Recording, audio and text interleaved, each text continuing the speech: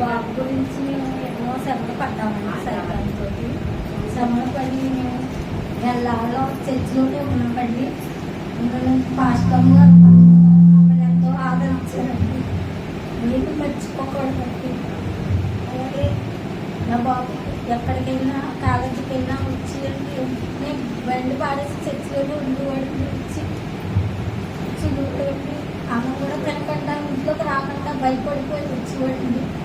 చెప్తే నాకు నా బాబుని నా కుటుంబాన్ని అంతా ఆదరించారండి. నెలలో ఆదరించి నా బాబుని కూడా ఎంతో బాధపడుతుంటే కూడా భయపడకుండా ప్రార్థన చేసండి.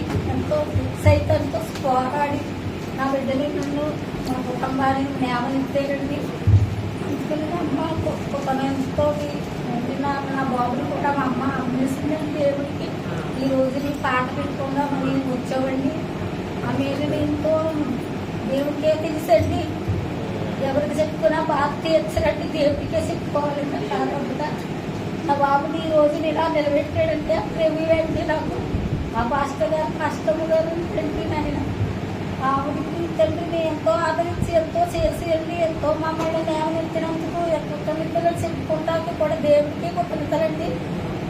నాయన భోజనం కూడా చేస్తారు కూడా భయపడేవాడండి. ఎంతో ప్రార్థన చేసి దగ్గరుండి తినిపించినట్టే చేసేవారండి. మా బాబుని ఎంతో మమ్మల్ని నేవెత్తారండి. ఆ దేవుడి వల్ల మేము పైకి వచ్చామండి. ఈ రోజుని నేవెత్తారు తండ్రి మేము మర్చిపోకూడదని మేము కృతజ్ఞతలు చెప్పుకుంటున్నామండి.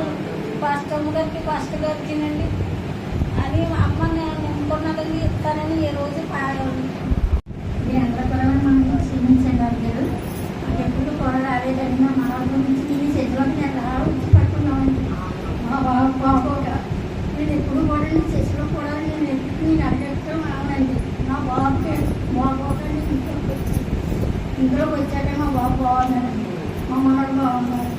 ఇంకా పాఠం కాదు అక్కడ మమ్మల్ని ఆశించారు. నేను కావాలి మా బాబు ఎవరుకున్నాడు కుటుంబానికి అనుమానం లేదండి.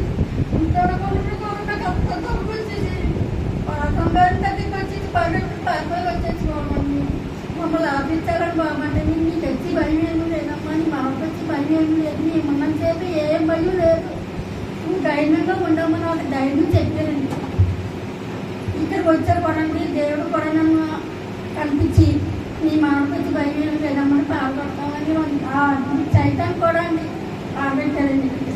మీకు అనుకోక జరుగుతుంది. మా బాబుని ఇప్పుడు ఇప్పుడు మా ఇప్పుడు దాకా దేవుడు పెట్టేయాలండి. మంచిగా బిడ్డ నా మహిళ నేను అనుకుని నేను పాటేసుకుంటాను. మీకు మా బాబుని పాటేసుకుంటా వచ్చింది. అందరికీ మా నాన్నమ్మ కూడా చదివించినాక కూడా నాకు కావాలి. ఆమేన్. దగ్గర ఈ అబ్బాయి స్వస్థపడి 3 సంవత్సరాల దగ్గర కావస్తుంది. ఎందుకంటే అబ్బాయి భయంకరమైన పరిస్థితుల్లో మరి ఆ అబ్బాయి ఇక్కడికి రావడం జరిగింది. వారు విగ్రహారాధికులు, దేవుడు ఎరిగినటువంటి వారు దేవుని మందిరానికి వచ్చారు. దేవుని దగ్గర ఏదైనా మేలు దొరుకుతుందండి. అటువంటి స్థితిలో మేమేమీ చేయలేదు, కానీ ప్రభు మాకు నేర్పింది మేము చేసాం. ఏం చేశాడంటే ప్రభు ఏం చెప్పాడంటే మన కుటుంబీకుల్ని అంటే మన యొక్క జాతి వారిని మన రక్త సంబంధికులు ప్రేమించమన్నది. కానీ దేవుడు మాకు నేర్పింది మనల్ని వచ్చిన వారిని ప్రేమించమని ఆదరించమని దేవుడు మాకు చెప్పాడు. మేము అలాగే చేసాం. దేవుని వాక్యాన్ని ఫాలో అయ్యేవాళ్ళు, కానీ మనుషులు ఎప్పుడు ఫాలో అవ్వలేదు. అలాగే దేవుడు వాళ్ళకి భయం, ఎంత భయం అంటే ఇంటికి దాన్ని భయపడిపోయేవారు. ఇక్కడే ఉండేవారు. ఇంకా 2 రోజులు వాళ్ళు చెప్పినట్టుగా 2 రోజులు ఇక్కడే ఉన్నారు. మరి దేవుడు వారికి స్వస్థత ఇచ్చాడు.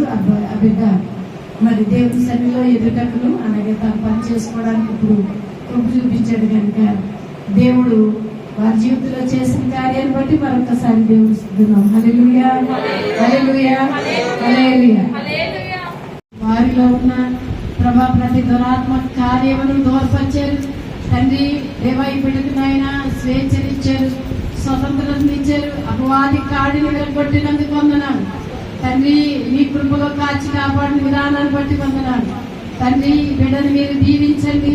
ఆ బిడ్డ విషయంలో తన అమ్మమ్మ తన కుటుంబీకులు దేవం ఒప్పుకున్న మొక్కుబడి చెల్లించుకోవడానికి దినామందు వచ్చి ఉన్నారు తండ్రి.